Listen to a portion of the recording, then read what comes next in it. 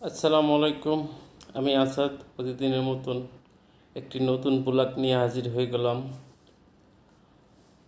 আজকে আমার গন্তব্য বারিধারা ডিপ্লোমেট জোন থেকে আপনার তেজগাঁ পর্যন্ত।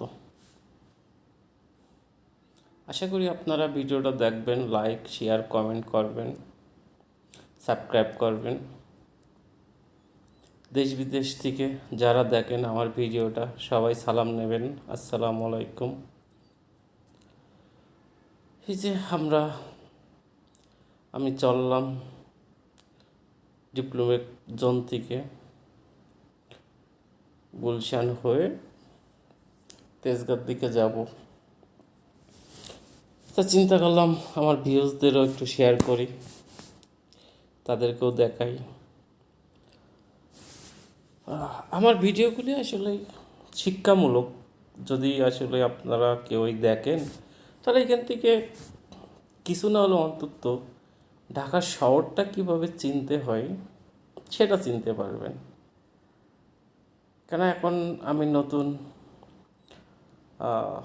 কোথার থেকে কোথায় কীভাবে যাওয়ার জন্য কোন রুট ইউজ করতে হবে সেই সম্পর্কেই আসলে বেশিরভাগ দেখাচ্ছি। তারপরে আমার সিগন্যালগুলি আপনারা ফলো করবেন, তাহলে আপনাদের চেনার জন্য আরও সহজ হবে। তো আমরা অলরেডি গুলশানে ঢুকে গেলাম, গুলশান 2-এ ঢুকলাম। সামনে গেলেই গুলশান 2-এর চক্কর, আমি বামে ঢুকে গেলাম, মানে সাইড রোড দিয়ে চলে যাব। গুলশান চক্কর থেকেও আপনি বামে যেতে পারেন। তাই দিক দিয়ে ঢুকে দেখছেন কত বড় বেয়াদব সে, মানে ওখানে আরোহী নামাচ্ছে একদম পুরো রোডটাকে ব্লক করে। মানে এদের আসলে কি বলতে মন চাই ভাই, আসলে আমি ভাষায় প্রকাশ করতে পারবো না। যে মানুষের একটা সেন্স থাকা উচিত আর কি, যে আমি যদি এই জায়গাটায় দাঁড়াই তাহলে আমার পিছের গাড়িগুলি কিভাবে যাবে। আসলে আমাদের দিন দিন ওই যে রিক্সাওয়ালা কীভাবে আসলো, মানে ওরাই রাস্তার রাজা আর কি। আর আমরা প্রাইভেট পার্সোনাল প্রাইভেট গাড়ি চালাই তো। এই যে ডানে সোজা যদি আপনি যান, সোজা গেলেই একটু ডানে গেলেই আপনি পাবেন পিঙ্ক সিটি। তা আমি অবশ্য পিঙ্ক সিটি ওদিক দিয়ে না যাই, পিঙ্ক সিটির সামনে আসলে জ্যাম পাদে।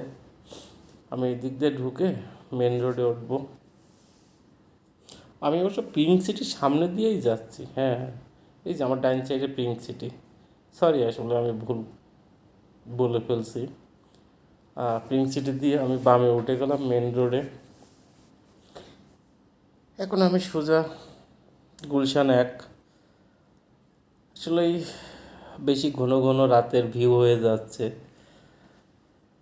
হ্যাঁ, রাতের ঢাকাটা মজা লাগে, বুঝছেন। এই জন্য আসলে আমি রাত্রে আমি কিংবা আমার বস বেশিরভাগই আর কি রাত্রে ঘোরাঘুরি করি। আর যেগুলি প্রোগ্রাম থাকে কিংবা মিটিং থাকে আমার বসের, সেগুলো আসলে বেশিরভাগ সন্ধ্যার পরে করি। কেন সন্ধ্যার পরে আসলে রোডঘাট অনেকটা ফ্রি থাকে, তো এক জায়গার থেকে আরেক জায়গায় মুভ করতে অনেক সময় কম লাগে আর কি। তা আমরা তেজগাঁ যাচ্ছি আর কি, বসের একটা মিটিং আছে। মিটিং বলতে কি, যে স্যালেন আইডি একটা অনুষ্ঠান আছে, সেখানে আবার আমার বসের ইনভাইট করছে, সেখানে যাচ্ছি আর কি। এই চিন্তা করলাম সন্ধ্যার পরের ঢাকাটা কেমন। এবং একদিন ছিল শুক্রবার, হ্যাঁ শুক্রবারই।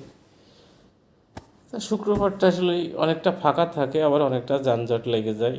গুলশান এরিয়া আসলে এখন সব থেকে মানে একটা বাজে এলাকায় বলা যায় আর কি, এক কথায়। যে আপনার সপ্তাহে 2 দিন কোনো রকম একটু রোডঘাট ফাঁকা থাকে, কিন্তু আর সপ্তাহে 5টা দিন বিচ্ছিরি অবস্থা থাকে। আপনার রবির থেকে বৃহস্পতিবার পর্যন্ত খুব বিচ্ছিরি অবস্থা থাকে। তা আমরা চলে আসলাম গুলশান 1-এ।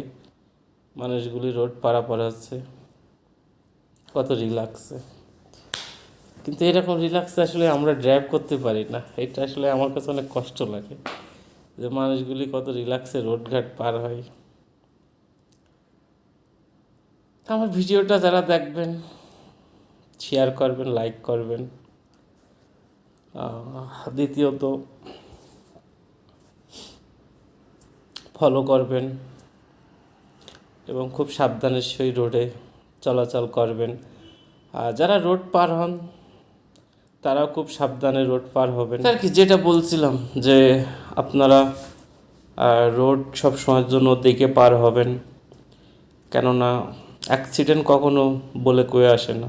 এই যে ডানে সিগন্যাল, ডানে চলে যাবেন। আমি অবশ্য তেজগাঁর ওই রোডটা নেব না, আমি নিকাতনের ভিতর দিয়ে যাব, কেননা ওই রোডটা কাটাকাটি করছে, তো ওই রোডে কাজ চলতেছে। ওই রোডটা অনেক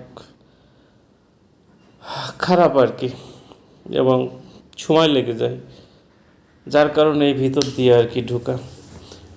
তা আমি সবাইকে এটাই বলবো যে আপনারা যখন রোডে চলবেন, সেটা পথচারী হোক, রিক্সা হোক, ভ্যান হোক, আর বড় গাড়ি হোক, ছোট গাড়ি হোক, এবং মোটর সাইকেলই হোক, আপনারা আসলে সবাই সবার জায়গার থেকে সাবধানে চলাচল করবেন।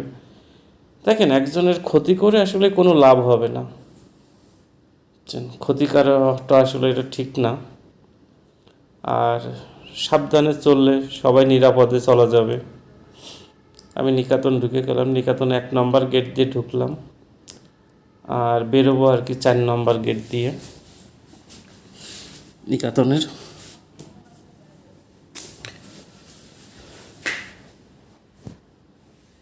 আমার ভিডিওগুলি দেখলে আপনাদের রোডঘাট চিনতে অনেক সহজ হবে। এবং ঢাকা শহর এখন রোডঘাট অনেক ভালো হয়েছে, মাঝে অনেক খারাপ ছিল, এখন অনেক জায়গায় অনেক ভালো ছিল। কারণ নিকাতনের অবস্থায় তো কিছুদিন আগে খুব বিচ্ছিন্ন অবস্থা ছিল। নিকাতনের রোডগুলির কাজ করছে, এখন নিকাতনে ভালোই লাগে আর কি। ধুলো ময়লা নাই, রোডগুলি অনেক ক্লিন থাকে, সিকিউরিটি ব্যবস্থাও ভালো নিকাতন। এই যে ডান দিকে সোজা গেলে অবশ্য 5 নম্বর গেট। তা 5 নম্বর গেট তো বন্ধ থাকে, 5 নম্বর গেট দিয়ে তো আপনি নিকাতনের 5 নম্বর গেট দিয়ে বেরোইতে পারবেন না, বেরোইতে হবে আপনার 4 নম্বর গেট দিয়ে। এই আসলে অনেক কিছু বলতে চাই, কিন্তু বলতে পারি না। বলবো সবই আস্তে আস্তে, আমার দর্শকদের সব কিছুই শেয়ার করব, ভালো মন্দ খারাপ, বিশেষ করে সবই তো আপনাদের জন্যই করছি। আপনারা আছেন বলেই তো আমি ভিডিও বানাচ্ছি, কিংবা আপনারা দেখেন বলেই আমি ভিডিও বানাই এবং শুরু করছি। মেন হলো উৎসাহ দেবেন আমাকে। হ্যাঁ, আপনাদের একটু কষ্ট হয় আমার ভিডিওগুলি দেখতে, কেন আমার ভিডিওগুলিতে তো মজা নাই, ফান নাই, খালি রোড আর রোড। দেখেন, রোডে তো অনেক রকমের ঘটনা ঘটে, দেখলে অনেক কিছু জানা যায়, শেখা যায়, বোঝা যায়। তাই এই জায়গার থেকেই আসলে আমার আশা। আর আমি আসলে মোবাইল ক্যামেরা দিয়ে ভিডিও করি, তো যার কারণে অনেক সময় ক্লিয়ার আসে না, কিংবা অনেক নয়েজ কাজ করে, ভিডিওগুলি কাঁপাকাঁপি করে, এই আর কি। তা আমি তেজগাঁ পৌঁছাই গেছি। বাকি সময়টা আপনারা মিউজিক উপভোগ করবেন আর ভিডিওটা দেখবেন। আল্লাহ হাফেজ, আসসালামু আলাইকুম।